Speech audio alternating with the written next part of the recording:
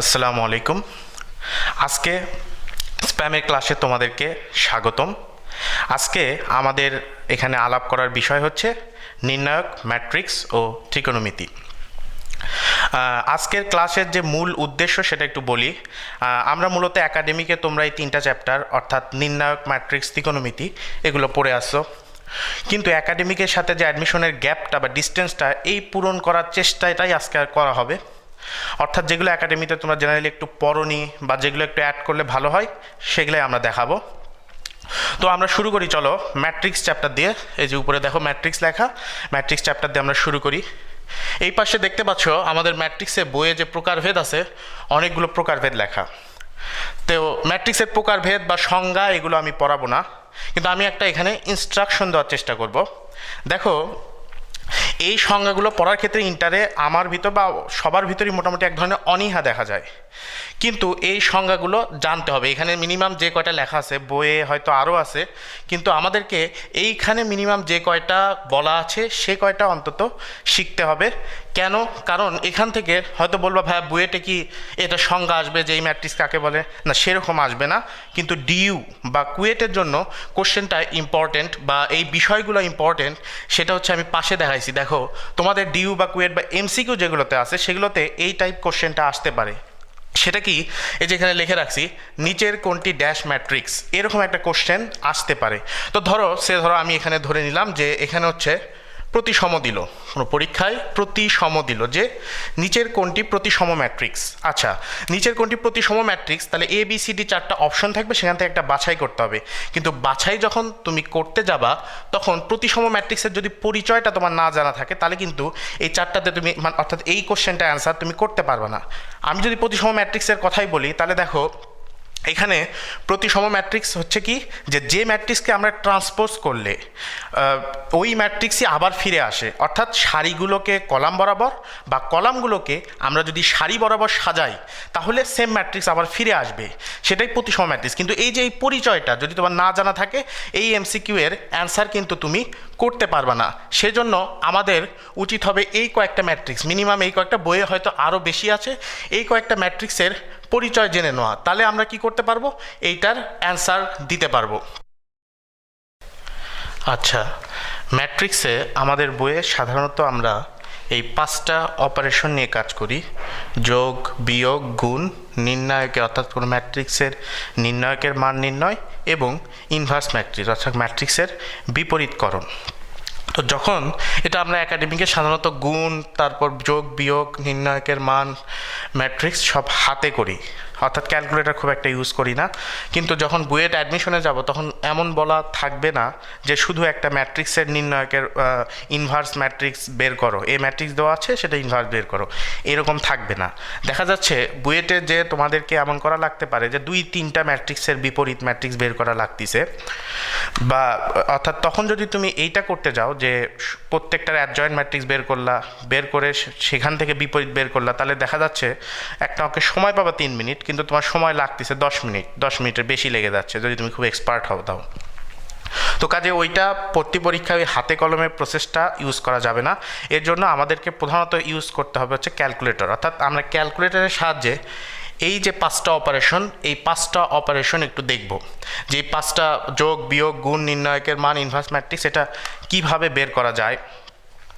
তো calculator use করতে গেলে আমরা প্রথমে যেটা করব সেটা হচ্ছে ক্যালকুলেটরকে ম্যাট্রিক্স মুডে প্রবেশ করাতে হবে।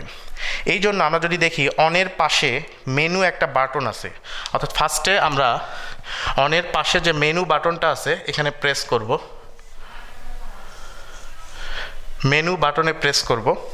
তো এই মেনু বাটনে প্রেস করলাম। আচ্ছা, করার পরে এরপরে আমাদেরকে 4 প্রেস করতে হবে, কারণ 4 নাম্বারে গিয়ে আমরা দেখব 4-এ ম্যাট্রিক্স অপশনটা আছে, অর্থাৎ এরপর আমাদেরকে 4 প্রেস করতে হবে। আচ্ছা, 4 প্রেস করলাম।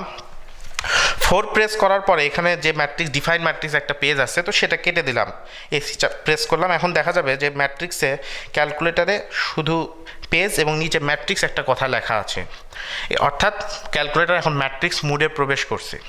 এখানে 4 প্রেসের পর ক্যালকুলেটর ম্যাট্রিক্স মোডে প্রবেশ করলো। এখন আমাদেরকে যেটা করতে হবে, ম্যাট্রিক্সকে ডিফাইন করতে হবে, অর্থাৎ আমরা যে দুইটা ম্যাট্রিক্স নিয়ে কাজ করব সেই দুইটা ম্যাট্রিক্সকে ডিফাইন করতে হবে। এই জন্য আমরা তারপরে প্রেস করব শিফটের নিচে একটা বাটন আছে অপশন নামক, সেই অপশন বাটনে আমরা প্রবেশ করব, অপশন বাটনে প্রবেশ করব। তাহলে তার 4 প্রেস করার পরে আমরা কি করব, অপশন বাটনে প্রবেশ করব।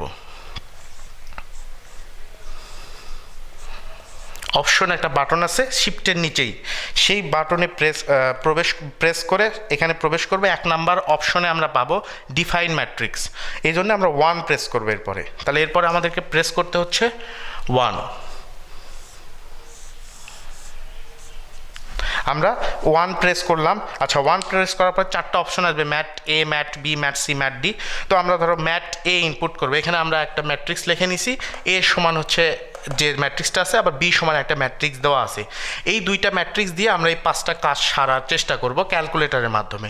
তো ফার্স্টে আমাকে এই জন্য ম্যাট এটা ইনপুট দিতে হবে এই ক্যালকুলেটরের মেমোরিতে। আমরা 1 প্রেস করে ম্যাট এতে প্রবেশ করি। এরপর রো আর কলাম নাম্বার সিলেক্ট করতে হবে। এখানে দেখো রো 3টা, কলামও 3টা। তাহলে আমরা এখানে 3 দিব রো, কলাম কয়টা, কলামও 3টা, তাহলে 3টা দিলাম।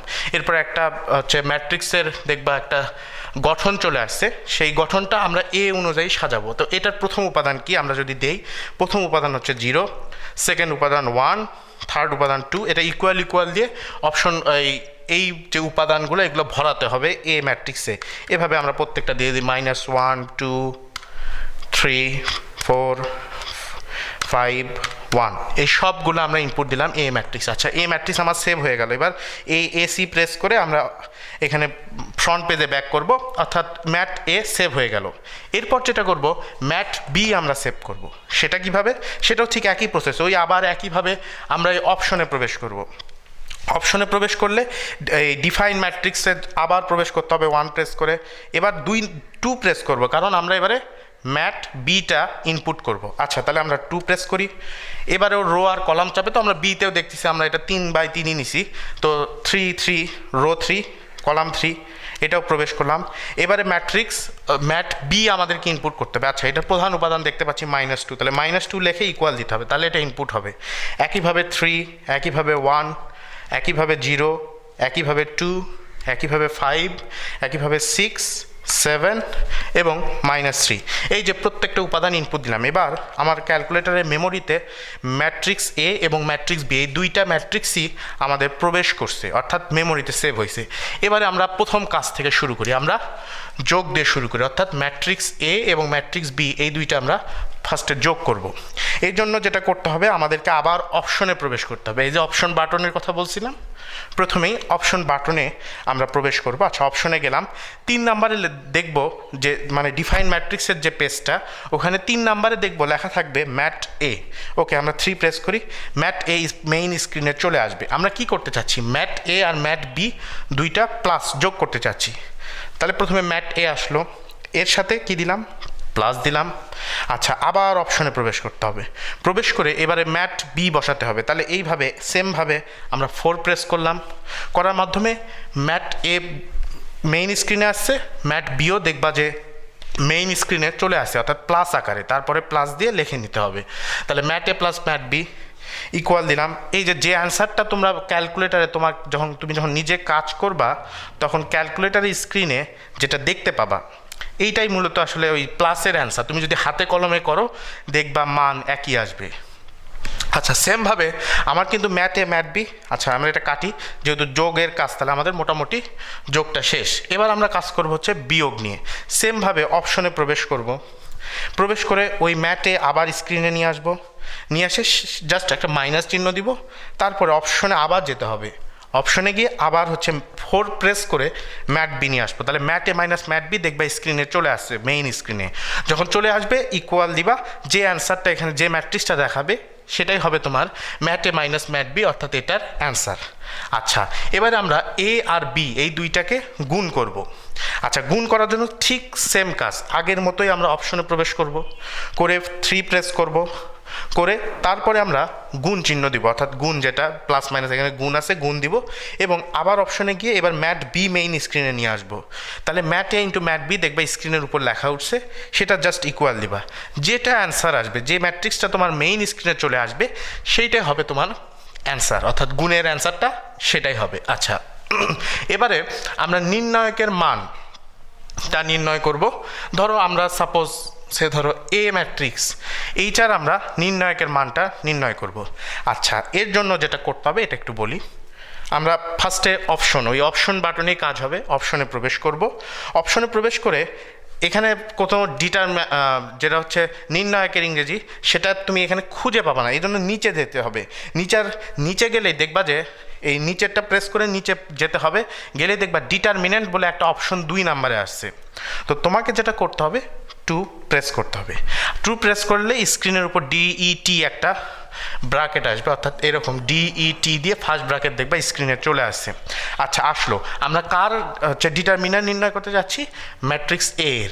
জাস্ট তুমি কি করবে, অপশনে যাবা, ম্যাট এ কে টেনে মেইন স্ক্রিনে নিয়ে আসবা। নিয়ে আসলা, এবার ফার্স্ট ব্র্যাকেট ক্লোজ করে দাও, অর্থাৎ এরকম লেখাটা আসবে যে এই ম্যাট এ, এরকম লেখাটা মেইন স্ক্রিনের উপর তোমরা দেখতে পাবা। যদি আমরা করে দিই, তারপর জাস্ট ইকুয়াল দিব, যে মানটা আসবে এটার, যেমন এখানে -13 আসছে এটার মান, তুমি হাতে কলমে এটা করে দেখবা, আমরা যে মেইন প্রসেসে করি সেম অ্যান্সার আসবে। তো যাক, আমাদের এখানে মোটামুটি নির্ণায়কের মানও আমরা তাহলে ক্যালকুলেটরের মাধ্যমে শিখে গেলাম। আচ্ছা, এবারে আমরা যেটা করব সেটা হচ্ছে ইনভার্স ম্যাট্রিক্স, যেটা এটা নির্ণয় শিখব।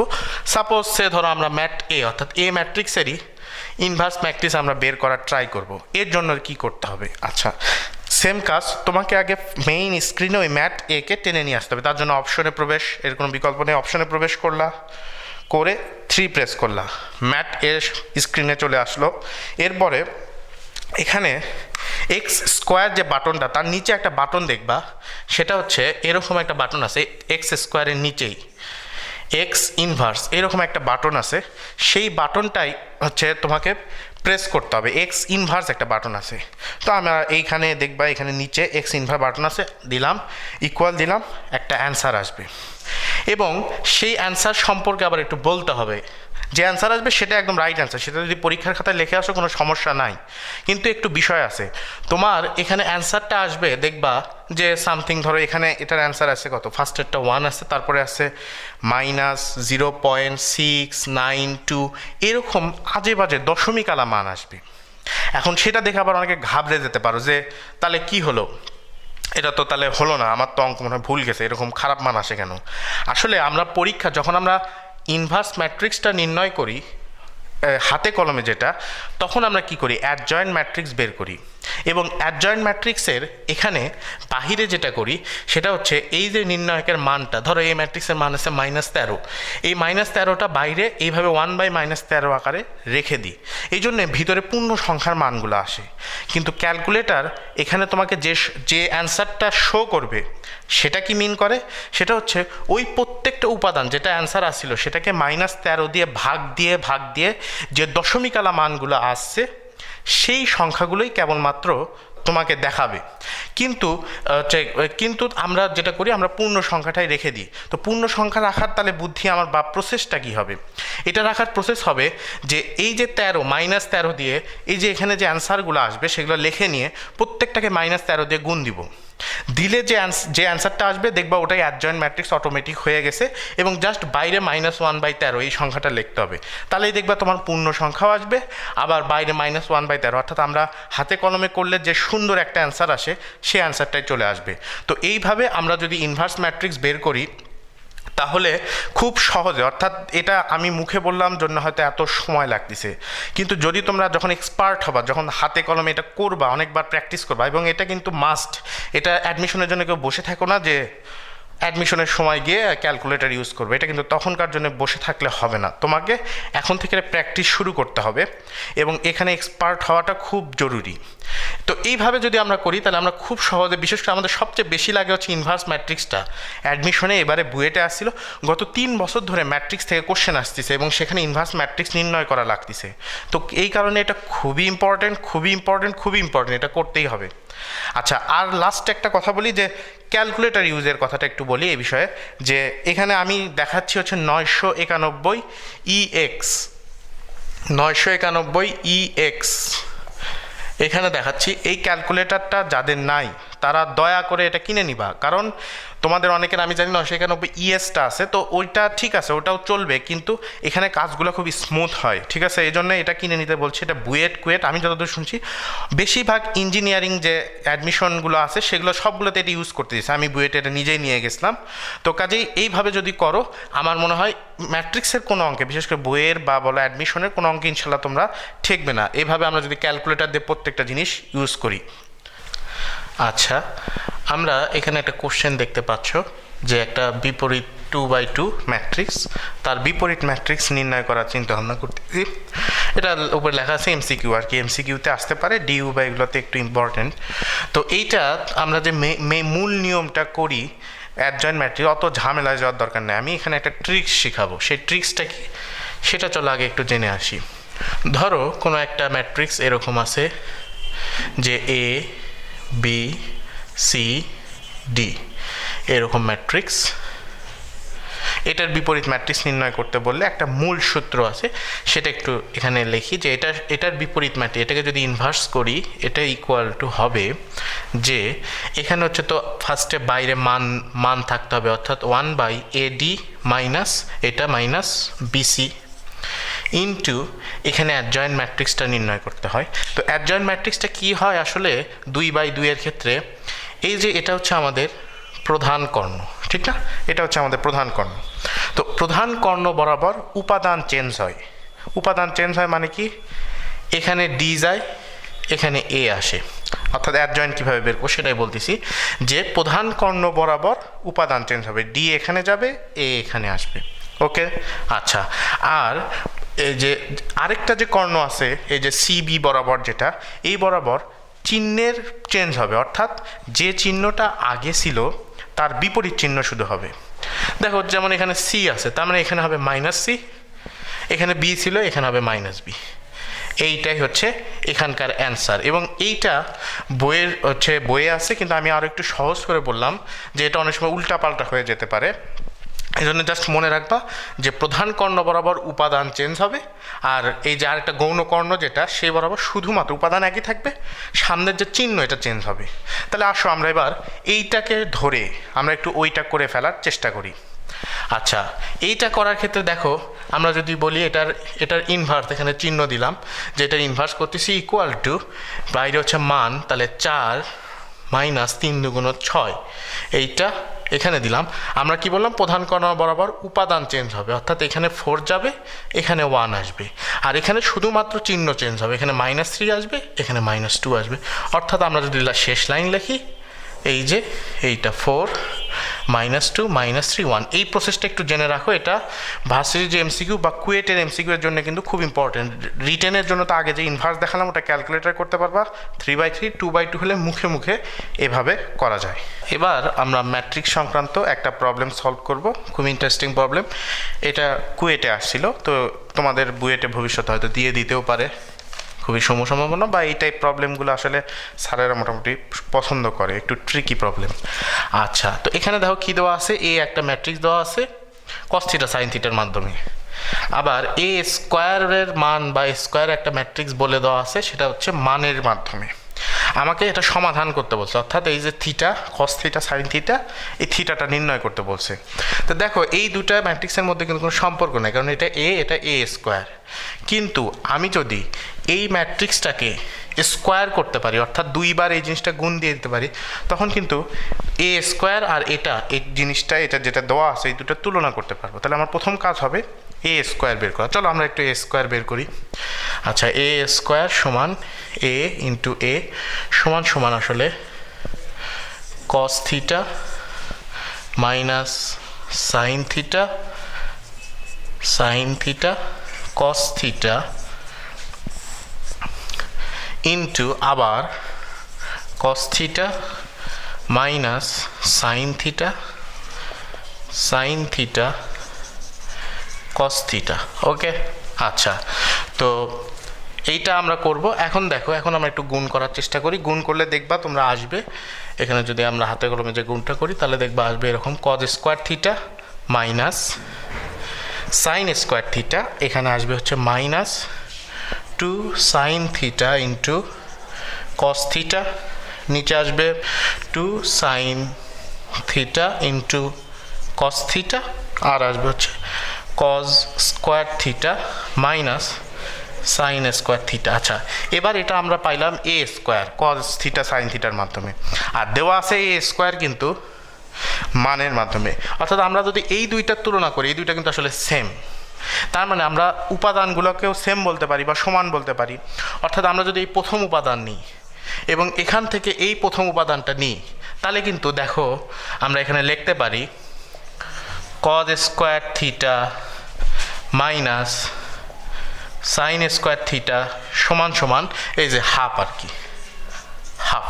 ঠিক আছে, তাহলে দেখো কজ 2 থিটা সমান সমান কজ হচ্ছে এখানে কজ হাফ কত, কজ 60 ডিগ্রির মান। ঠিক আছে, তাহলে আমরা লিখতে পারি 2 থিটা সমান সমান হচ্ছে 60 ডিগ্রি। তাহলে এখান থেকে যদি আমরা এখানে লিখি থিটা সমান হচ্ছে 30 ডিগ্রি, এইটা সমাধান। তো এখানে থিটা আমাদের 30 ডিগ্রি আসছে, কিন্তু জেনারেলি আমাদের ভর্তি পরীক্ষায় হয়তো থিটা 30 ডিগ্রি না, এখানে যে সমাধানটা চাই সেটা হচ্ছে সাধারণ সমাধান বলে। এটা যখন তোমরা বিপরীত ত্রিকোণমিতি চ্যাপ্টারটা যখন পড়বে তখন বুঝতে পারবে সাধারণ সমাধান কি। এখন আমাদের ওই বিষয়ে আলাপ করার দরকার নাই, এখন শুধু এই থিটা 30 ডিগ্রি একটু অ্যান্সার লিখলে তোমার জন্য এনাফ। আচ্ছা, আমরা ম্যাট্রিক্সে এবার একটু ক্রেমার রুল বিষয়ে দেখব। একাডেমিক ক্লাস নেয় যারা, তারা হচ্ছে ক্রেমার রুলটা খুব ভালো করে সব স্যারই পড়ায়, কিন্তু আমি ক্রেমার রুল তোমাদেরকে পড়াতে যাব না, আমি শুধু ক্রেমার রুলের দুই একটা একটু ব্যতিক্রম দেখাবো। আচ্ছা, তুমি একটু চিন্তা করো আমরা ক্রেমার রুলে আসলে কি বের করি, একটু চিন্তা করো। 3টা ইকুয়েশন থাকে, সেই 3টা ইকুয়েশন আমরা সমাধান করি, করে এক্স ওয়াই জেড বের করি। ধরো এই যে এখানে আমরা দেখতে পাচ্ছি এই 3Dতে যদি চিন্তা করি যে এই বরাবর একটা রেখা চলে গেল, আবার এই বরাবর একটা রেখা চলে গেল, আবার ধরো উপর দিকে একটা রেখা চলে গেছে, 3টা রেখা দেখা যাচ্ছে এইরকম কোনো একটা পয়েন্টে ছেদ করতেছে। এই ছেদ বিন্দুতে এক্স ওয়াই এবং জেড কত, আমরা কিন্তু মূলত ক্রেমার রুল যেটা, এই ক্রেমার রুলের মাধ্যমে ওইটাই বের করি। তো সেই ক্ষেত্রে এইটাই বের করি, কিন্তু আমাদের বইয়ে যে প্রবলেমগুলো আছে সেগুলোতে আমরা অলওয়েজ দেখি এক্স ওয়াই জেডের খুব সুন্দর সুন্দর মান আসে এবং মান আসে মিলে যায়। কিন্তু কথা হচ্ছে যদি একটা সরলরেখা ধরো এই বরাবর গেল, ঠিক তার পাশ দিয়ে আরেকটা সরলরেখা এই বরাবর গেল, ঠিক তার পাশ দিয়ে আরেকটা সরলরেখা গেল, অর্থাৎ মোট কথা 3টা সমান্তরাল সরলরেখা এই 3D স্পেসে, ধরো একটা সরলরেখা তার পাশে একটা তার পাশে একটা এইভাবে চলে গেল, 3টা সমান্তরাল সরলরেখা। তো 3টা যদি সমান্তরাল সরলরেখা হয় তো 3টা তো আলাদা আলাদা ইকুয়েশন, এর কি কোনো সমাধান থাকতে পারে? এর কিন্তু কোনো সমাধান থাকবে না। তুমি যত দূরেই যাও, যত অসীমেই যাও, তুমি 3টার কোনো ছেদ বিন্দু পাবা না। তাহলে সেই ক্ষেত্রে আমার ক্রেমার রুলটা কিভাবে কাজ করবে এটা একটু শিখব।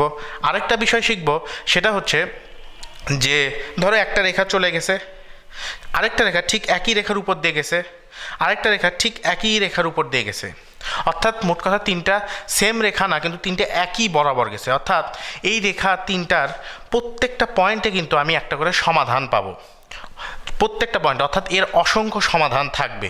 তাহলে সেটাকে আমি ক্রেমার রুলের মাধ্যমে বুঝতে পারবো না? বুঝতে অবশ্যই পারবো, এবং সেই টেকনিকটাই আমি তোমাদেরকে শিখাই দেবো। জাস্ট একটু এদিকে দৃষ্টি দিতে হবে। দেখো, প্রথম আমার একটা লাইন লেখা আছে এখানে, একটু খেয়াল করো।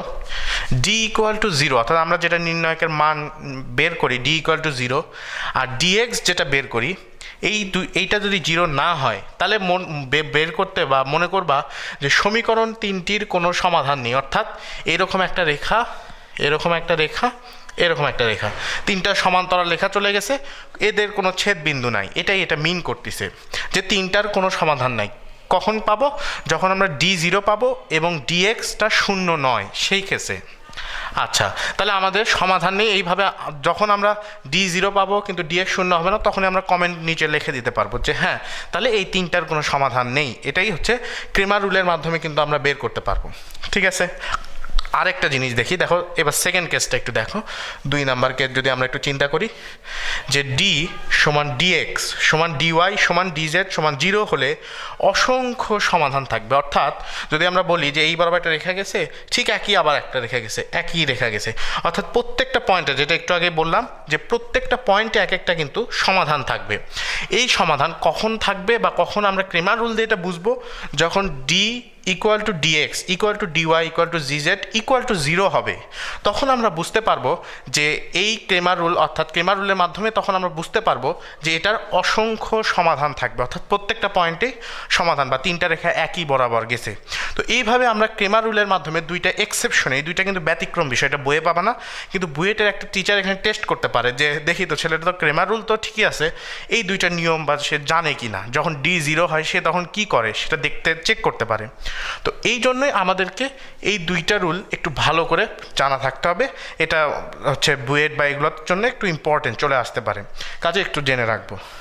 তো আমাদের ম্যাট্রিক্স মোটামুটি কমপ্লিট, আমরা একটু নির্ণায়কের দিকে যাচ্ছি। তো নির্ণায়কে যাওয়ার আগে একটু নির্ণায়ক সম্পর্কে 2-একটা কথা বলি। নির্ণায়কের যে আসলে প্রবলেম, এই প্রবলেমগুলো তোমার দক্ষতা নির্ভর করতেছে তোমার প্র্যাকটিসের উপর। এই নির্ণায়কে আসলে খুব এক্সেপশনাল কিছু বা যেরকম ম্যাট্রিক্সে কিছু কিছু দেখালাম, এরকম কিছুই নির্ণায়কে আসে না, জেনারেলি বই থেকে সাধারণত স্যারেরা তুলে দেয়। তো এই জন্য তোমার ডিপেন্ড করছে তোমার প্র্যাকটিস উপর। নির্ণায়কে আমরা দেখো জেনারেলি কী করি, যে কোনো একটা সারি বা কলামে 2টা উপাদানকে 0 বানানো ট্রাই করি, করলে আমাদের অঙ্ক প্রবলেমটা খুব সহজ হয়ে যায়, এটা কিন্তু আমরা ট্রাই করি। তো এই কীভাবে 0 বানাবো, এই সব কিছু কিছু অঙ্ক আছে যেমন প্রথমে 1 1 1 থাকলে খুব সহজে 0 হতে পারে, কিন্তু সব ক্ষেত্রে হয় না, বেশিরভাগ ক্ষেত্রে একটু কঠিন থাকে। তো সেই জন্য নির্ণায়কের আমরা একটা প্রবলেম সলভ করার মাধ্যমে একটু দেখবো স্টাইলটা, তোমরা জানোই, তাও আমরা একটা প্রবলেম সলভ করে আসো। দেখো এখানে একটা প্রবলেম আমরা নির্ণায়ক দেখতে পাচ্ছি, এখানে দেওয়া আছে, এটা খুব পরিচিত এবং এটা হচ্ছে বইয়ে আছে এবং এটা দেখবা এটা কুয়েটেও আসছিল, কুয়েট একটা বছরে আসছিল এটা, যে এরকম একটা, যে এটা যদি দেওয়া থাকে, এটা নির্ণায়কের একটা গুরুত্বপূর্ণ ব্যাপার বলি প্রবলেমটা করার আগে, যে এখানে প্রমাণের সাথে এখানকার জিনিসটা মিলাতে হবে, কারণ এখান থেকে এখানে আমাকে যেতে হবে।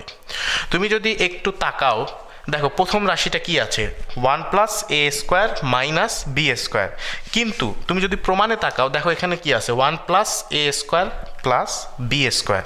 তো কাজেই তোমাকে কিন্তু এইটা থাকলে চলবে না, এইটা থাকলে তুমি কিছু করতে পারবে না বা কোনো কমন টমন কিছু নিতে পারবে না, এটা বানাতে হবে। আচ্ছা, এটা বানানোর জন্য দেখো আমরা একটু সেকেন্ড লাইনে আসি। সেকেন্ড লাইনে বিশেষ করে এই জায়গাটায় একটু দেখি যে সেকেন্ড লাইনে কি করলে আমার এটাকে এরকম বানানো যাচ্ছে। তুমি যদি একটু চিন্তা করো, আমরা C1' দিছি, অর্থাৎ কলাম 1কে আমরা চেঞ্জ করব কিভাবে, দেখো C1 থেকে b × C3, অর্থাৎ C3-র সাথে b-কে গুণ করে এখান থেকে বিয়োগ করব। উদ্দেশ্য কি, উদ্দেশ্য হচ্ছে এইটা বানানো। দেখো এখানে যদি 1 + a² - b² ছিল, এই এটার শেষ উপাদানটার সাথে বি গুণ দিয়ে এখান থেকে বিয়োগ করার কারণে কিন্তু +2b² যোগ হচ্ছে এর সাথে, অর্থাৎ আমরা কিন্তু এখানে পাচ্ছি প্রমাণের জিনিসটা, যে দেখো এটা যদি এর পরের লাইনটা একটু চিন্তা করো, 1 + a² + b² আসবে, এই যে এটাই হচ্ছে আসার কথা, যে আমরা কিন্তু জিনিসটা পাচ্ছি। এবং আমাদের কিন্তু আরেকটা উদ্দেশ্য থাকে, কমন একটা উদ্দেশ্য, আরেকটা উদ্দেশ্য থাকে হচ্ছে কমন নেওয়া একটা উদ্দেশ্য, যেমন তেমনি আরেকটা উদ্দেশ্য থাকে হচ্ছে এই জিনিসটা, এগুলো জিনিসকে 0 করা। দেখো এখানে বি গুণ দিয়ে এখানে আমরা যেমন সেকেন্ড স্টেপটা করছি, যে C2' = C2 + a × C3, দেখো এটার সাথে a গুণ দিয়ে আবার এটার সাথে এটা যোগ করছি, করার কারণে সুবিধা হয়েছে কি, দেখো এখানে একটা 0 পাচ্ছি, টুয়াইস ab, এটার সাথে আমি a গুণ দিয়ে যোগ করছি, a গুণ দিয়ে এটার সাথে যোগ করছি, টুয়াইস ab তো ছিলই, a গুণ দিয়ে যোগ করার কারণে 0 আসলো। ঠিক একইভাবে নিচেরটাও দেখো, এখানে a গুণ দিয়ে যোগ করার কারণে আমি এখানে 0 পেলাম, কিন্তু এখানে আবার প্রমাণ ফিরে পাইলাম 1 + a² + b²। ঠিক এইভাবে প্রত্যেকটা স্টেপ দেখো এখানে ক্যালকুলেশন করা হয়েছে, এখানে twice b - +a² b + b³ মানে এখানে এটার সাথে b গুণ করে এটা যোগ করছি, আবার সরি এটার সাথে b গুণ করে এটা থেকে এটাকে বিয়োগ করছি, যেটা এখানে করা হয়েছে। আর উল্টাভাবে এখানে যেমন বলছি C2 এর সাথে এটাকে C2', যেটা এটা = C2 + a × C3 করে এই লাইন আসছে। তো এই লাইন গেল, এই লাইন আসলাম, দেখা যাচ্ছে অনেকখানি হয়ে যাচ্ছে। এবার আমরা আসি একটু থার্ড স্টেপে, এই পাশে দেখি, দেখো জাস্ট তারপরে আমরা নর্মাল ক্যালকুলেশন করতেছি। সে ক্যালকুলেশন কি, যে এখানে 1 + a² + b² চলে আসছে, যেটা দেখালাম, 0 আসছে, -2b আছে, এখানে 0 আসছে, এখানে 1, এগুলো চলে আসছে ক্যালকুলেশন। জাস্ট এখানে বোঝার কিছু নেই, জাস্ট নর্মাল ক্যালকুলেশন। আচ্ছা, তো এরপরে কি করা যাচ্ছে, দেখো এই কলামটার দিকে খেয়াল করো, 1 + a² + b², এটা কমন নেওয়া যাচ্ছে। আচ্ছা, আমরা কমন নিলাম। আবার এখান থেকেও একটা কমন নেওয়া যাচ্ছে, দেখো সেকেন্ড কলামটা খেয়াল করো, 1+, এখানে কমন নেওয়া যাচ্ছে, কমন নিলাম। নিলে এখানে যদি একটু খেয়াল করো, এখানে দেখো থাকতেছে এখানে 1 0, এখানে 0 1 b - a, আর এই যে লাইন এটা ছিল, এটা তো ছিলই। এর ফলে আমাদের সুবিধা হলো কি, আমাদের একটা প্রমাণের জিনিসটা কমনে বের হয়ে গেছে, আবার 0 চলে আসছে। তো কাজেই এই জিরোকে এবার কিন্তু আমাদের কাজটা সহজ, এবং নির্ণায়কের আমাদের প্রধান উদ্দেশ্য কিন্তু এটা, 0 কোনো না কোনোভাবে নিয়ে আসা, সারিতে কলামে যত বেশি 0 নিয়ে আসতে পারবো, ক্যালকুলেশন তত সহজ। তো এরপর আর কোনো কাজ নাই আমার, যেহেতু এখানে কমন নেওয়া শেষ, আমরা জাস্ট নর্মাল ভেঙে দেব। এবার এই লাইনে আসি, যে আমরা এই সারি বরাবর নির্ণায়ক যেভাবে আমরা ভাঙি সেভাবে ভাঙবো, যে 1 × এই, তাহলে এইটা বাদ, এইটা বাদ, তাহলে এত ইন্টু এত, এই যে 1 × 1 - a² - b² + 2a², এই যে এটা মাইনাস হয়ে প্লাস 2a² হয়েছে।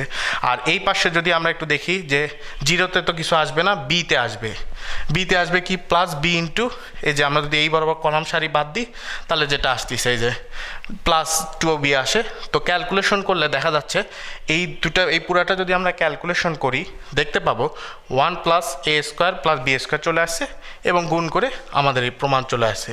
তো নির্ণায়কের আমাদের এই যে আমি স্টেপ বাই স্টেপ যে বিষয়গুলো করলাম, সেখানে হচ্ছে দেখো এই জিনিসটাই তোমাদের মনে থাকবে না বা সমস্যা হবে, সেটা কোন ক্ষেত্রে, যে এই কি করতে হবে, এই যে বিশেষ করে এই লাইনটা যেটা আমরা করলাম, এই স্টেপটাই জন্যেই আমি ফার্স্টেই বলছিলাম যে নির্ণায়কের দরকার প্র্যাকটিস, এবং প্র্যাকটিস করে এই জিনিসটা একটু মাথায় রাখতে হবে, না হলে তুমি কখনোই এই স্টাইলে সাজাতে পারবে না। এখান থেকে এখানে কিন্তু একদম পানি, এটা 9 10 লেভেলেও খুব সহজ ক্যালকুলেশন করতে পারবে বলে দিলেই, কিন্তু এই জিনিসটা মাথায় রাখার জন্যই তোমাকে নির্ণায়ক প্র্যাকটিস করতে হবে। আর এইভাবে নির্ণায়কের প্রবলেমগুলো যদি আমরা সলভ করি, আমার মনে হয় নির্ণায়ক খুব একটা সমস্যা হবে না, ইনশাল্লাহ তোমরা পারবে। আমরা এখন ত্রিকোণমিতি শুরু করব। নির্ণায়ক ম্যাট্রিক্স আলহামদুলিল্লাহ শেষ। ত্রিকোণমিতির প্রথমে আমরা যে বিষয়টা দেখব সেটা হচ্ছে পর্যায়ভিত্তিক ফাংশন এবং মৌলিক পর্যায়। তো পর্যায়ভিত্তিক ফাংশন এবং মৌলিক পর্যায় বিষয়টা কি আসলে আগে একটু বুঝি। পর্যায়ভিত্তিক ফাংশন কোন বিষয়টাকে মিন করে? আমরা ফিজিক্সে কিন্তু পর্যায়বৃত্ত গতি পড়ছি 9 10-এ থাকতে, যে কোনো একটা নির্দিষ্ট বিন্দুকে যদি কোনো একটা বস্তু নির্দিষ্ট সময় পর পর অতিক্রম করে, সেটা কিন্তু পর্যায়বৃত্ত গতি, ঠিক না? তো এখানে দেখো আমরা পর্যায়ভিত্তিক ফাংশন বলতে আসলে কি বোঝাচ্ছি, যে কোনো একটা ফাংশনে আমরা ফাংশনে আসলে কি করি, ধরো আমি একটা ফাংশন ধরলাম f(x) = cos x, অর্থাৎ আমরা কি করি, এখানে ফাংশনের মান ইনপুট করি, এখানে x এর মান ইনপুট করি, পুরো ফাংশনটা আমাকে আউটপুট দেয়। পর্যায়ভিত্তিক ফাংশনে যেটা হয়, যে আমি x এর মান ইনপুট করতে থাকবো, কিন্তু একটা নির্দিষ্ট সময় পর পর f(x) এর যে ভ্যালুটা, এটা রিপিট হবে, অর্থাৎ ফিরে আসবে। সেই জন্য সেই ফাংশনগুলোকে বলা হচ্ছে আসলে পর্যায়ভিত্তিক ফাংশন। তো পর্যায়ভিত্তিক ফাংশন কোনগুলো? আমরা ত্রিকোণমিতিতে যত ফাংশন, অর্থাৎ যত এই যে সাইন, কজ, সেক, কোসেক, ট্যান, কট, সবগুলোই হচ্ছে আমাদের পর্যায়ভিত্তিক ফাংশন। আমরা যেহেতু কজ লেখছি এখানে, আমরা কজটা দিয়ে একটু চিন্তা করি, দেখো একটু গ্রাফিক্যালি চিন্তা করি। আমরা কজ এক্সের এখানে একটু গ্রাফটা আঁকি। গ্রাফটা যদি আঁকি, দেখো গ্রাফটা মোটামুটি এরকম হবে, অর্থাৎ cos 0-র মান যেহেতু 1, এটা 1 মিন করতেছে এই সর্বোচ্চ মানটা, এটা 0 ডিগ্রি, এটা মনে করো 90, এইভাবে আগাচ্ছে। এখানে ডিগ্রি 0 ডিগ্রি, 90 ডিগ্রি, এভাবে জিনিসগুলো আগাচ্ছে, আর এখানে f(x) এর মানটা ওঠানামা করছে। আচ্ছা, তুমি এখন একটা জিনিস চিন্তা করো, cos 0-তে মান 1 হয়েছে, আবার কিন্তু একটা নির্দিষ্ট সময় পর যে আবার কিন্তু একটা মান এখানে কিন্তু হয়ে গেছে, -1 আসছে, কিন্তু 1 কখন ফিরে পাইছি, দেখো এইখানে গেলে আবার 1 মানটা ফিরে আসছে। এই জন্য cos x, যেটা আমরা ফাংশন এখানে লিখছি f(x) = cos x, এটা একটা পর্যায়ভিত্তিক ফাংশন। তো পর্যায়ভিত্তিক ফাংশন বুঝলাম। এখন আমরা যে বিষয়টা দেখব সেটা হচ্ছে মৌলিক পর্যায়। এই বিষয়টা কি?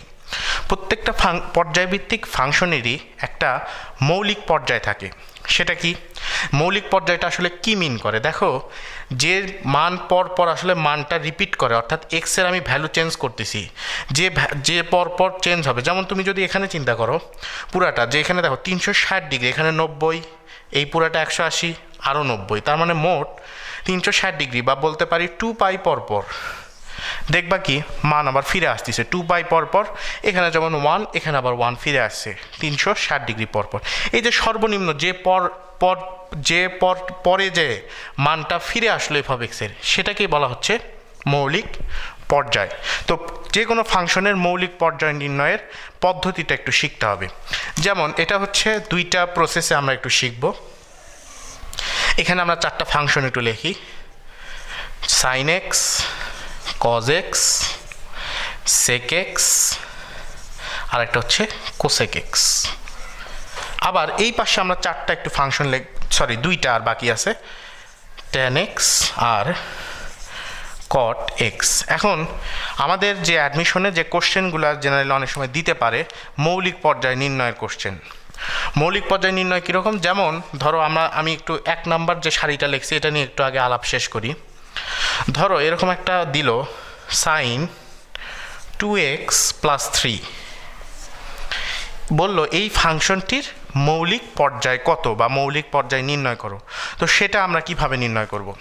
আচ্ছা, সেটা নির্ণয় করার বুদ্ধি দেখার জন্যই এই 4টার জন্য একটা আমি শর্ট টেকনিক বা সূত্র লিখব। ঠিক সূত্র না, টেকনিক, এটা আর কি অবজারভেশন, পর্যবেক্ষণ থেকে জিনিসটা আসছে। তখন আমরা এটা সমাধান করব। এটা সমাধানটা একটু পরে করি, আগে নিয়মটা দেখি। আমি আবারও বলতেছি যে নিয়মটা এখন লিখব এই 4টা sin x, cos x, sec x, cosec x, এই 4টার জন্যই প্রযোজ্য হবে। এটা আমি শুধু সাইন দিয়েই দেখাচ্ছি। ধরো থাকলো sin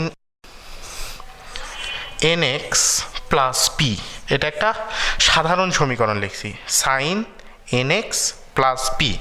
এই ক্ষেত্রে মনে রাখবা এত এর, আচ্ছা নিচেই লিখি, এত এর যে মৌলিক পর্যায়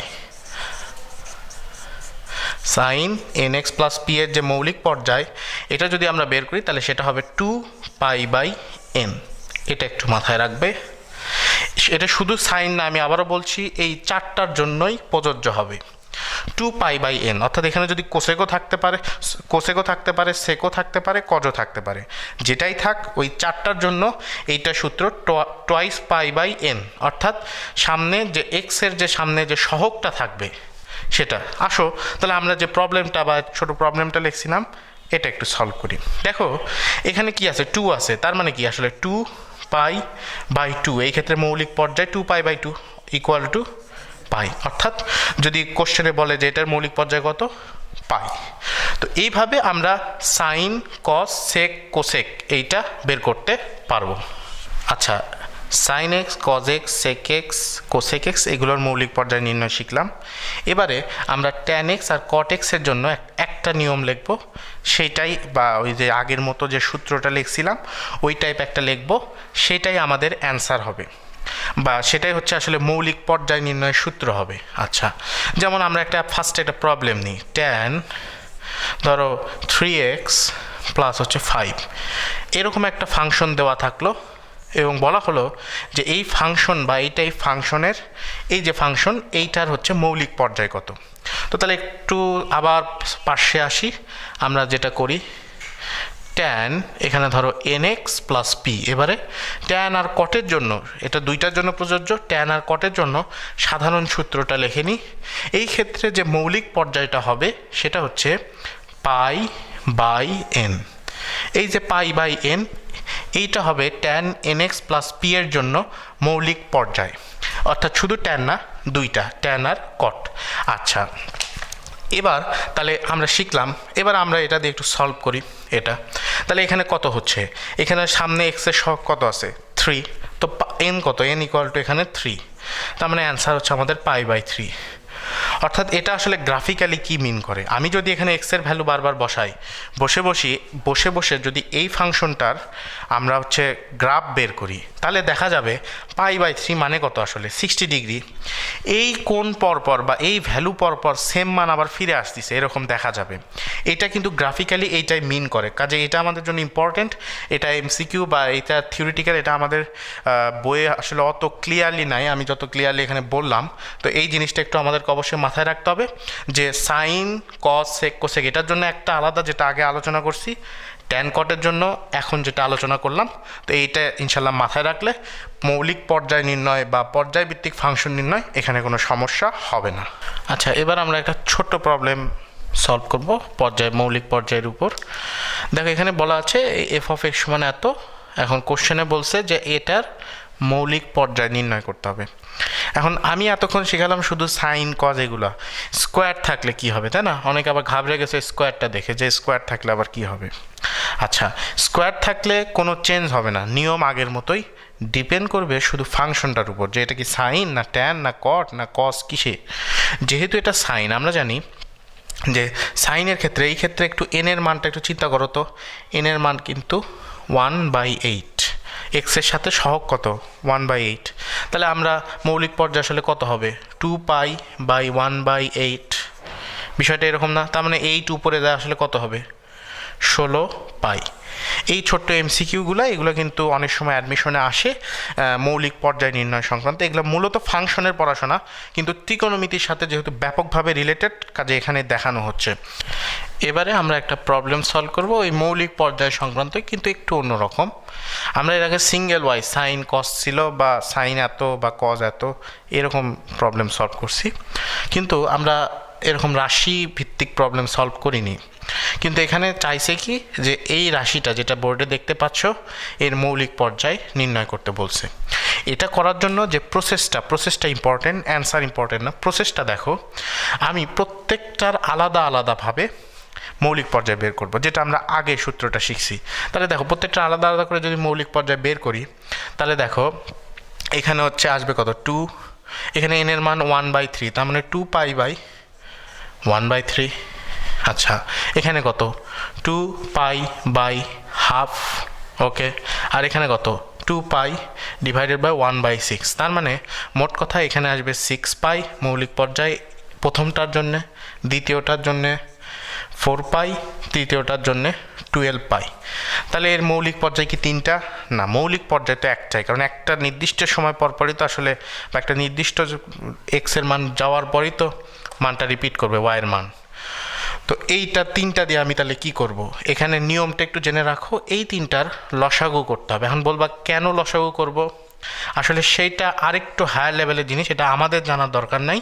আমরা শুধু একটু জিনিসটা জেনে রাখি যে 6, 4 আর 12 এই 3টার লসাগু যদি করো দেখবা হয়তো 24 আসবে।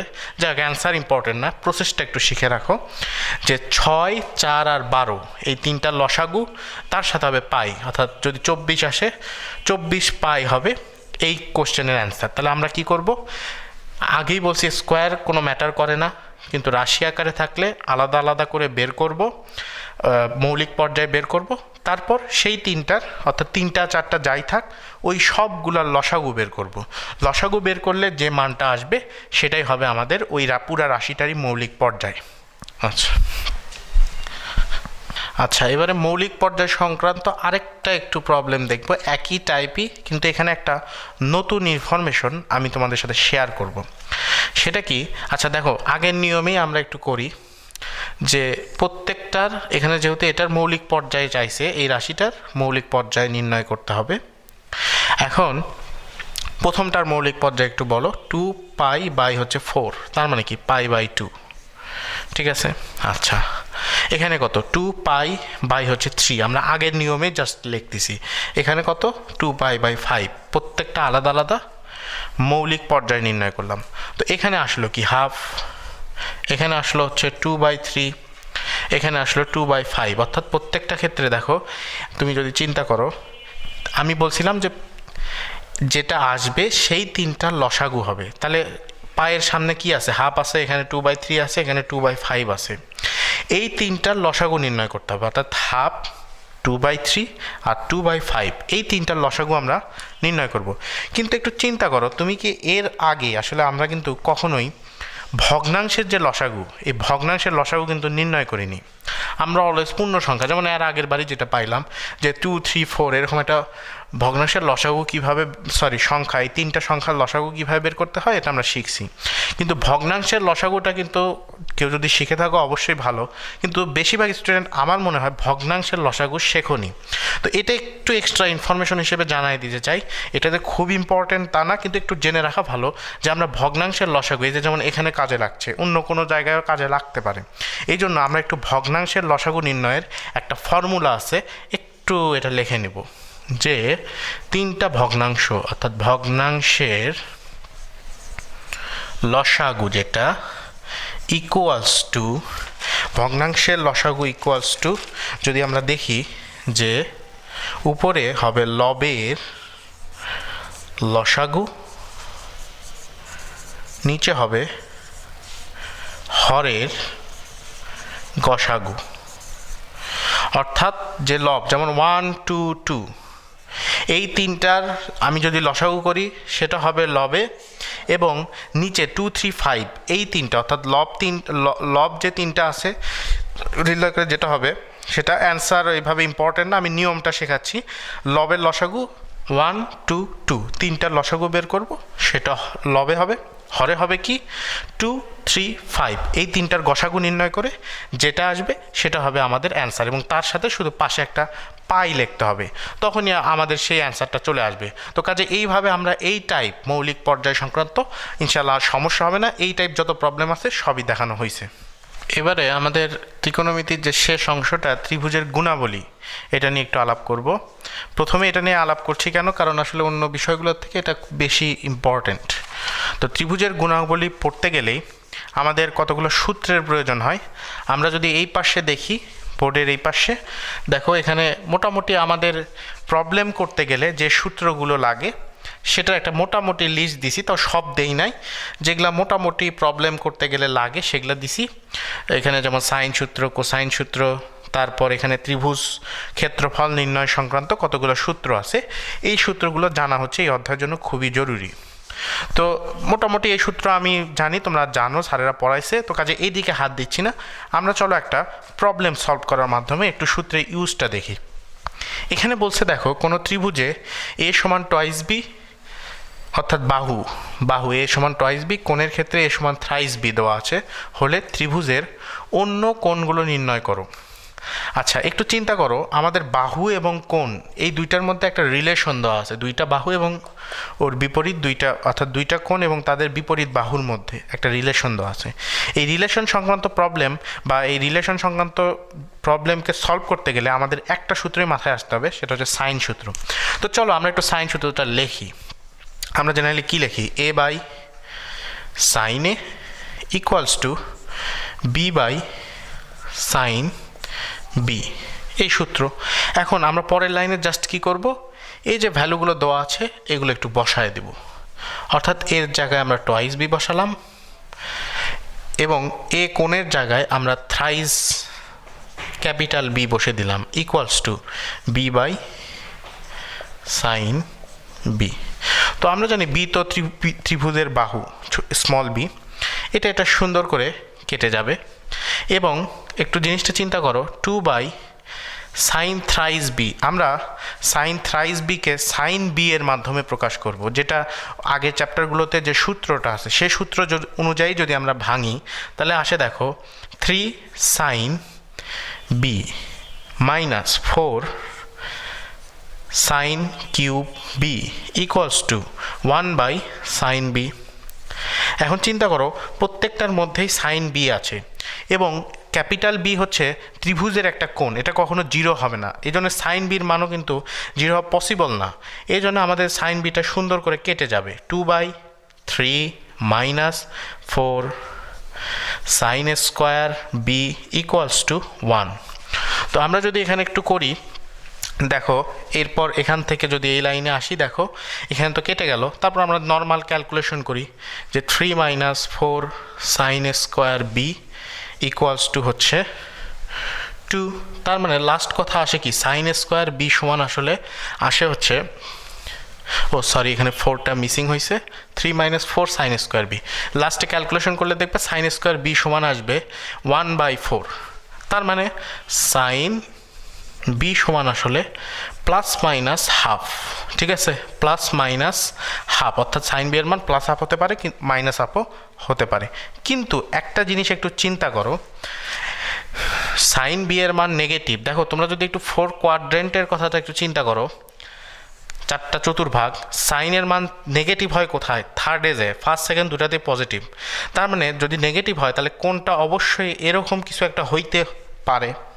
আচ্ছা যদি হয় তাহলে তুমি একটা জিনিস চিন্তা করো, এখানে হচ্ছে এই মানটা মানে কোণের মানটা, বি কোণের মানটা যদি সাইন বি এর মান নেগেটিভ হয় 180 বড় হচ্ছে, কিন্তু ত্রিভুজের কোনো কোণের মানই 180 বেশি হওয়া পসিবল না, এই জন্যে মাইনাসটা হবে না, শুধুমাত্র প্লাস হাফ হবে।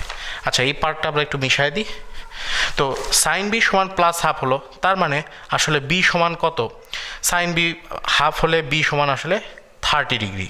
আচ্ছা বি সমান যদি 30 ডিগ্রি হয়, আমরা এখন শর্তে জাস্ট ফেলে দেবো, আমাদের চাইছে কি ত্রিভুজের অন্য কোণগুলি, একটা কোণ বের হয়েছে, তাহলে এ সমান কত আসলে থ্রাইস বি মানে 3 × 30 ডিগ্রি সমান সমান 90 ডিগ্রি। তার মানে বুঝতেছই এটা একটা সমকোণী ত্রিভুজ, অর্থাৎ এরকম কিছু একটা ঘটনা ঘটবে আর কি, এরকম কিছু একটা ত্রিভুজ আসবে।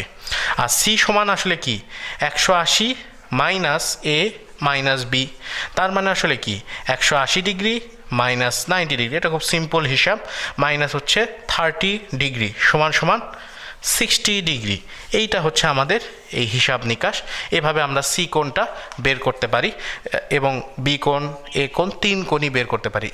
আরেকটা কথা এখানে প্রবলেমে বলে রাখি, এই যে এই লাইনটার জন্য এখানে একটু প্র্যাকটিস দরকার আছে, যে এখান থেকে এই লাইনে আসার পর যে সূত্র ভাঙতে হবে এটা অনেকের মাথায় আসবে না, ঠিক আছে, তো এটা খুব ইম্পর্টেন্ট এবং এটা কিন্তু ভর্তি পরীক্ষা অ্যাডমিশনের জন্য এই টাইপ প্রবলেমগুলা ত্রিভুজের গুণাবলী সংক্রান্ত যত আছে বইয়ে বা কোশ্চেন ব্যাংকে খুব ইম্পর্টেন্ট, আমরা ইনশাল্লাহ করব, তাহলে এই প্রবলেমগুলা ধরতে পারবো। আচ্ছা এবার আমরা ত্রিভুজের গুণাবলী একটা প্রবলেম সলভ করব। দেখো এখানে একটা প্রবলেম লেখা আছে, সমকোণী ত্রিভুজের সমকোণ সি, আমরা যদি একটু চিত্রে প্লট করি, দেখো এই পাশে একটা চিত্র ড্র করা আছে যে সমকোণী ত্রিভুজের সমকোণ সি, এটা হচ্ছে সমকোণ, আমরা যদি একটু দেখাই। আচ্ছা এর পরিসীমা 70, অন্তঃব্যাসার্ধ 6 হলে a মাইনাস বি, অর্থাৎ এই বাহু আর এই বাহুর পার্থক্যটা চাইছে, পজিটিভ মান যেহেতু মড দেওয়া আছে শুধু ডিফারেন্সটা বের করতে হবে। তো এর জন্য আমরা এই যে এই পাশে যে সূত্রগুলো লেখা আছে এই সূত্রগুলোকে আমরা কাজে লাগাবো। দেখো ফার্স্টে যেগুলো দেওয়া আছে প্রবলেমে সেগুলো আমরা তুলবো। আচ্ছা তার আগে একটা জিনিস দেখাই, আসলে আমরা a মাইনাস বি বের করতে চাচ্ছি। a মাইনাস বি এর একটা সম্পর্ক খেয়াল করি, a minus B whole square সমান কি a square minus twice ab plus B square, অর্থাৎ আমি যদি তিনটা মান a মাইনাস ab আর a square plus B square এই দুইটার মান জানতে পারি, আমি কিন্তু এই প্রবলেমটা সলভ করতে পারবো। তো আসো আমরা ইনফরমেশনগুলো লিখে নিই। এখানে বলা আছে পরিসীমা 70, অর্থাৎ a plus B plus C সমান টোয়াইস এস সমান 70, তাহলে এখান থেকে বের করি এর সমান 35। আবার এখানে দেখো আমরা এই পাশে যে সূত্রটা দেখছিলাম, এই পাশে যদি দেখি ত্রিভুজের ক্ষেত্রফল সমান আর এস, অর্থাৎ আর স্মল আর অন্তঃব্যাসার্ধ আর এস হচ্ছে অর্ধ পরিসীমা, সেটা দিয়ে আমরা ত্রিভুজের ক্ষেত্রফল বের করলাম, এটা 6, এখান থেকে পাইলাম 35, আসলে অ্যান্সার 210। তাহলে আমরা একটা জিনিস পাইলাম ত্রিভুজের ক্ষেত্রফল। আরেকটা জিনিস খেয়াল করো, এখানে যদি এটা সমকোণী ত্রিভুজ তাহলে এইটা খাটতিছে না যে সি স্কোয়ার সমান সমান এ স্কোয়ার প্লাস বি স্কোয়ার, পিথাগোরাসের উপপাদ্য। আচ্ছা গেল, এগুলো আমি একটা একটা করে রেডি করে রাখতেছি। আচ্ছা আমি এই পাশে দেখছিলাম আমার মান কিসের প্রয়োজন, এ বি। আচ্ছা তো এ বির মান বের করার জন্য আমরা একটা বুদ্ধি বের করব, সেই বুদ্ধিটা কি দেখো খেয়াল করো, এই পাশে ত্রিভুজের ক্ষেত্রফলে আমরা একটা সূত্র দেখছিলাম half A B sign C, তো এই সূত্রটা আমরা এখানে ফেলে দেবো, কারণ আমরা ক্ষেত্রফল জানি half A B sign C সমান 210, যেটা আমরা আগে থেকে বের করলাম। আচ্ছা তো সাইন সি, সি দেখো এখানে দেখানো আছে সি 90 ডিগ্রি, এটা আমরা ছবিতে দেখাইছি, তাহলে এ বি 420, তাহলে দেখো আমরা এ মাইনাস বি এর পথে কিন্তু আগায় গেছি, আমরা এ বিটা বের করে ফেলছি। আচ্ছা এবারে এ স্কোয়ার প্লাস বি স্কোয়ার বের করতে হবে। আচ্ছা তুমি একটা জিনিস চিন্তা করো তো, A square plus B square বের করা যায়, সি স্কোয়ার বের করা, তাই না? তার মানে আমরা যদি শুধু সি এর মানটা ভ্যালুটা বের করতে পারি, এর অর্থ হচ্ছে আমরা এ স্কোয়ার প্লাস বি স্কোয়ার বের করতে পারছি। আচ্ছা, তাহলে এটা কেমনে বের করি দেখো, এখানে আমাদের কি দেওয়া আছে, এ প্লাস বি প্লাস সি সমান হচ্ছে 70। তাহলে এখান থেকে কি লেখা যায় যে এ প্লাস বি সমান সমান 70 মাইনাস সি। এরপরে আমরা একটু এই লাইনে যাই, দেখো এরপরে আমরা বর্গ করছি, বর্গ করে এখানে কি আছে, A square plus B square plus twice A B সমান 70 square plus 2 into 70 C C square. তো এই ক্ষেত্রে দেখো কেটে দিছি A square plus B square C স্কোয়ারকে, কারণ সি স্কোয়ার মানেই তো A square plus B square. এটাকে যদি ক্যালকুলেশন করো সব তো কেটে গেল, সি সমান 29 পাবা। তাহলে আমি সি পাইছি, সি পাওয়ার মানে কি, সি স্কোয়ার পাওয়া, সি স্কোয়ার পাওয়ার মানে হচ্ছে এ স্কোয়ার প্লাস বি স্কোয়ার, যেটা এটা কিন্তু আমরা পেয়ে গেছি। তাহলে আমরা এবারে এ মাইনাস বি হোল স্কোয়ারের মান বসাই, A square plus B square minus twice A B, এটার মানে কি C square minus twice A B. তাহলে এখন দেখো সি এর মান বসাই দিলাম 29 স্কোয়ার মাইনাস 2 গুণন এই যে এখানে 420 এ বির মান পাইছিলাম 2 ইন্টু 420, যদি ক্যালকুলেশন করো দেখবে অ্যান্সার আসবে 1। তার মানে মট এ মাইনাস বি ইকুয়াল টু 1। এটাই ছিল আমাদের প্রবলেম। এই প্রবলেমটা একটু ট্রিকি, এটা অ্যাডমিশনের জন্য কিন্তু ইম্পর্টেন্ট। এবারে দেখো আমরা বইয়ের একটা প্রবলেম সলভ করব। এখানে 2 cos pi by 22 equal to এটা প্রুভ করতে বলছে, পাই বাই 32 ইকুয়াল টু এটা প্রুভ করতে বলছে। এটা বইয়ের খুব ফেমাস একটা অঙ্ক। তো এখানে আমরা প্রুভ করছি, নিচে দেখো করা আছে যে এখানে রুট নিতে হয়, নিয়ে 2 ইন্টু 2 এইভাবে ভেঙে নিতে হয়, 2 ইন্টু 2 cos স্কোয়ার পাই, তারপর 2 cos স্কোয়ার থিটাকে 1 প্লাস cos 2 থিটা এটাতে পরিণত করতে হয়, করে এই যে এই স্টেপগুলো ফলো করতে হয় প্রত্যেকবারে, করে করে এই লাস্টে গিয়ে এই মানটা আসে। ঠিক আছে, তো এই প্রবলেম আসলে খুব জনপ্রিয়, সব স্যারই খুব ভালো করে করায়। এই প্রবলেম করানোটা আসলে আমার মুখ্য উদ্দেশ্য নয়, আমার অন্য একটা উদ্দেশ্য আছে, সেটা একটু পরেই বলছি। তো এই প্রুফটা একটু আগে দেখে নাও এক চমক, যে এখানে হচ্ছে জাস্ট একদম বইয়ের নিয়মে আমরা করছি। কিন্তু একটা জিনিস একটু চিন্তা করো, এইটা তো রিটেনে নাও দিতে পারে, এমসিকিউতে আসতে পারে। এমসিকিউতে তুলে দিল যে এটা ইকুয়াল টু হোয়াট এরকম দিয়ে, ধরো অপশনে কোনোটাতে এটা চেঞ্জ করে দিল, কোনোটাতে একটা কম দিল, একটা রুট টু বেশি দিল, এভাবে তো অপশন সেট করতে পারে। তো তখন আমরা কি করব? আচ্ছা, তখন কি করব সেটার জন্য আমরা একটু পাশে চলে আসি। এখানে চারটা, এটা হচ্ছে একটা ট্রিক্স, এটা সূত্র না, এটা আসলে আমরা এই প্রুফ থেকে একটা সাধারণ ধর্ম বের করছি। আসলে এই যে প্রুফগুলো করছি প্রত্যেকটা করে করে এই সাধারণ ধর্ম বের করছি। তো এখান থেকে আমরা বুঝবো এবং তারপর এটাকে ইউজ করে আমরা যে প্রবলেমটা দিছি সেটা আমরা এক লাইনে সলভ করার ট্রাই করব। ঠিক আছে, আচ্ছা দেখো 1 নাম্বার কি বলছে, যে 2 cos pi by 2 to the power n। Generally দেখবা হয় এখানে 16, 8, 32 এগুলোই থাকে। তো এগুলো থাকলে কি হবে অ্যান্সারটা দেখো এইরকম, আমরা তো দেখতেছি এটা একটা ধারার মতো, রুট 2 প্লাস রুট 2 এরকম গিয়ে n-1 সংখ্যা, অর্থাৎ এখানে যতগুলো একটু গুণ আকারে থাকবে।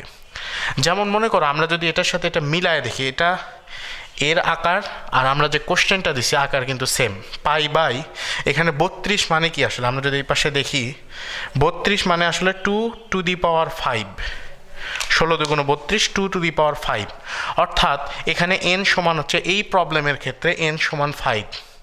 তাহলে n সমান 5 এখানে বলছে যে রুট 2 প্লাস রুট 2 এভাবে যাবে n-1 পর্যন্ত। তাহলে 5-1 মানে কত, 4।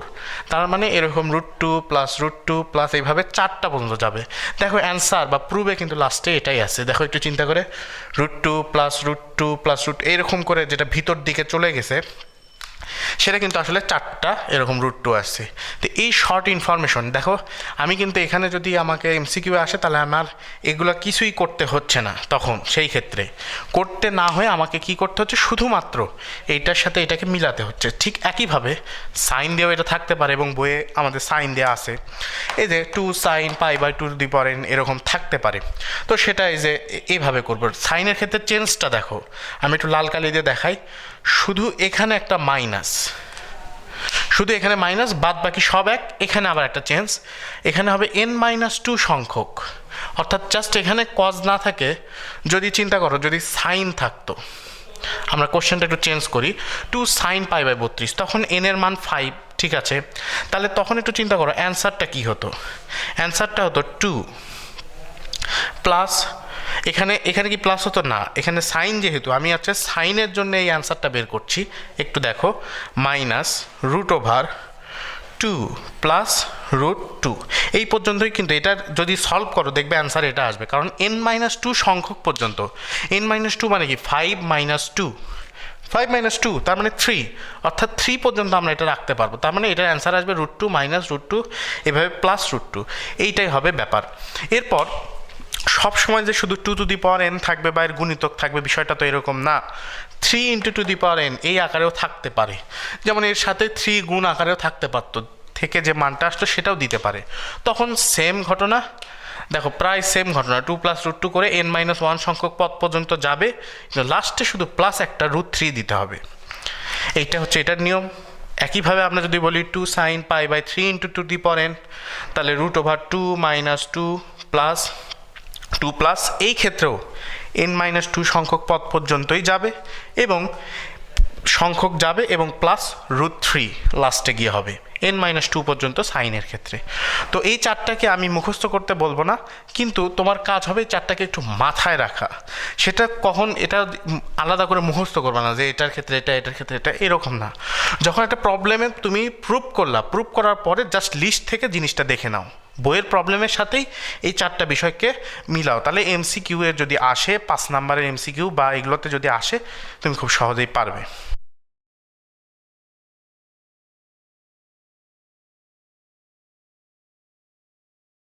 এবারে আরেকটা একটু প্রবলেম দেখি, একদম এটা প্রথম দিকে চ্যাপ্টারের প্রবলেম, খুব সহজ প্রবলেমটা এরকম, sin²3 এইভাবে একটা ধারার মতো আছে, লাস্ট পর sin² 177, এটার মান নির্ণয় করতে হবে। তো দেখো পরের লাইনে আমরা করে দিছি এখানে sin² প্লাস sin², অর্থাৎ আমরা যেভাবে সাজায় নিই যে এখানে 93 একটা পাওয়া যাবে, ভিতরে পর ডট ডটের মধ্যে থাকবে, হিসাব করে লিখতে হয়, আমরা যেভাবে হাতে কলমে হিসাব করি সেভাবে এখানে সাজায় লিখছি, ঠিক 9-এর সাথে 99কে সাজাইছি এবং সেগুলো এভাবে শেষ পথ পর্যন্ত আর কি চলে গেছে। লাস্ট এরপর আমরা sin² 93 আসলে মানে কি cos² 3 লেখা যায়, 90 + 3 যেটা আমরা করছি। এভাবে করে আমরা দেখতে পাই যে এখানে মোট পদ যদি আমরা যে ধারাতে যে আমরা করি যে 3, 9, 15 6 করে বাড়ছে, সাধারণ অন্তর 6, প্রথম পদ 3, শেষ পদ 177, এই থেকে আমরা যদি পদ সংখ্যা বের করি দেখব পদ পাবো হচ্ছে 15টা। তো 15টা 1 তাহলে যোগ হয়ে যাবে, কারণ sin² θ প্লাস cos² θ 1, এরকম 15টা 1 পাবো। 15টা 1 যোগ করার মানে কি 15। তো কথা হচ্ছে এসব অঙ্ক অবশ্যই এভাবেই করতে পারো, কিন্তু এই জিনিসগুলো একটু খুঁজতে সময় লাগে। তো সেই সময় যাতে না লাগে এখানে সবচেয়ে শর্টেস্ট একটা ওয়ে বলে দিব, এটা একটু খালি মাথায় রাখবা, যেটা MCQ অনেক অনেক বেশি কাজে লাগবে এবং রিটেনেও যদি আসে, রিটেনে এটা আসার চান্স খুব কম, যদি আসে তাহলে তোমরা একটু হাতে মানে যাতে করতে পারো, যে অ্যান্সার মিলাতে পারো, সেজন্য এই পাশে একটু দেখো। এখানে একটা কথা লেখা আছে যে sin² θ cos² θ যদি এরকম ধারা দেখো, অর্থাৎ এত এর ক্ষেত্রে শর্টকাট ওয়ে হচ্ছে এই রাশির যে সমষ্টি, এটার যে মানটা, এই মানটা হবে হচ্ছে n/2। nটা কি পদ সংখ্যা। তুমি যদি এখানে পদ সংখ্যা হিসাব করো দেখবা পদ সংখ্যা আমরা যে ধারাতে যেভাবে হিসাব করি, পদ সংখ্যা পাইবা হচ্ছে n = 30 পাবা, পদ সংখ্যা পাবা 30। এখন পদ সংখ্যা যদি 31 পাও তাহলে এখানে 31 হচ্ছে 2 হচ্ছে অ্যান্সার হতো, যেটাই আসুক পদ সংখ্যা জাস্ট n/2 মানে পদ সংখ্যা বাই 2 যদি আমরা করি তাহলে আমরা এটার অ্যান্সার খুব সহজে পেয়ে যাবো। এটার জন্য কোনো হিসাব, কোনো চিন্তা যে 90 + কত না কি করব, এই চিন্তা করতে হবে না, জাস্ট n/2 পদ সংখ্যা বের করব দিয়ে করব। কিন্তু একটু খেয়াল রাখবে এটা শুধুমাত্র sin² θ cos² θ এই জাতীয় যদি এরকম ধারা থাকে তাহলেই কেবলমাত্র এটা আমরা করতে পারি। এবার একটা প্রবলেম দেখবো, একটু দেখো একটা রাশি দেওয়া আছে sec α × sec β + 1 = tan α × tan β, এটা হলে আমাকে প্রমাণ করতে হবে 1 + cot α × tan β এটা = 0। আচ্ছা, তো এটা করার ক্ষেত্রে আমরা এই রাশিটাকে প্রথমে কাজে লাগাতে হবে, এটা তো বোঝাই যাচ্ছে, এবং সেখান থেকে প্রমাণের দিকে যাব। তো এই ক্ষেত্রে আমাদের সবচেয়ে বেস্ট অপশন হচ্ছে যে এইটাকে কিছু সাইন কজে ট্রান্সফার করা, কারণ এটা মনে রাখবা ত্রিকোণমিতিতে সহজ করার একটা বুদ্ধি হচ্ছে যে রাশি থাক তাকে সাইন কজে ট্রান্সফার করলে কিছু একটা পাওয়া যায়। আসো আমরা তাহলে একটু সাইন কজে জিনিসটাকে ট্রান্সফার করি। তার মানে এটাকে যদি করি 1 by cos alpha into cos beta plus 1 equals to sin alpha into আমি একবারে করতেছি sin beta divided by cos alpha into cos beta ওকে তাহলে আমরা এখান থেকে একটু হিসাব করি তাহলে cos alpha into cos beta মানে এখানে হচ্ছে 1 plus cos alpha into cos beta equals to cos alpha into cos beta উপরে হচ্ছে sin alpha into sin beta তো সুন্দর করে এই জিনিসটা সেম থাকা এটা কেটে গেল তো আমরা লিখতে পারি 1 plus cos alpha into cos beta equals to sin alpha into sin beta ওকে তাহলে আমরা একটু ট্রান্সফার করে নিই cos alpha into cos beta minus sin alpha into sin beta equals to -1 এটা একটা পাচ্ছি ওকে তাহলে আমরা এটা কিন্তু একটা সুন্দর সূত্রে পড়ে যাচ্ছে দেখো সূত্রটা কি যে cos alpha plus beta equals to 1 equals to -1 আচ্ছা এটা এই পর্যন্ত থাক এটা আমরা কিছু একটা বের করে নিলাম আসো এবার আমরা একটু প্রমাণকে ভাঙি আমার এটা সমান তো 0 প্রমাণ করতে হবে আমি যেহেতু যেটা দেওয়া আছে সেটাকে সাইন করে ভাঙছি কাজে আমি কি করব এটাকেও সুন্দর করে সাইন করে ভাঙবো সেটা কি হবে দেখো যদি একটু ভাঙি এখানে হচ্ছে cos alpha divided by sin alpha into এখানে হচ্ছে তোমার sin beta divided by cos beta ঠিক আছে এটা রাশিটা জাস্ট লিখতেছি এটার পরে এই লাইন ওকে এটা ইকুয়াল টু এটা ইকুয়াল টু তাহলে 1 প্লাস এখানে যদি একটু নিই sin alpha into cos beta তাহলে উপরে আচ্ছা 1 প্লাস আমরা যোগ করতেছি তো sin alpha into cos beta হরে আসলো লবে কি আসে দেখো লবে আসবে sin alpha into cos beta plus cos alpha into sin beta তার মানে রাশিটা আসলে উপরেও সুন্দর করে একটা সূত্রে পড়ে যাচ্ছে সেটা কি যে sin alpha plus beta divided by sin alpha into cos beta ঠিক আছে ওকে তাহলে আমরা sin alpha plus beta এখান থেকে কিছু একটা করে এখান থেকে যদি আমি মান বের করে এখানে বসাতে পারি তাহলে আমাদের 0 প্রুফ করা পসিবল তো দেখো আমরা cos alpha plus beta এর মান পাইছি তাই cos এর মান যদি আমরা জানতে পারি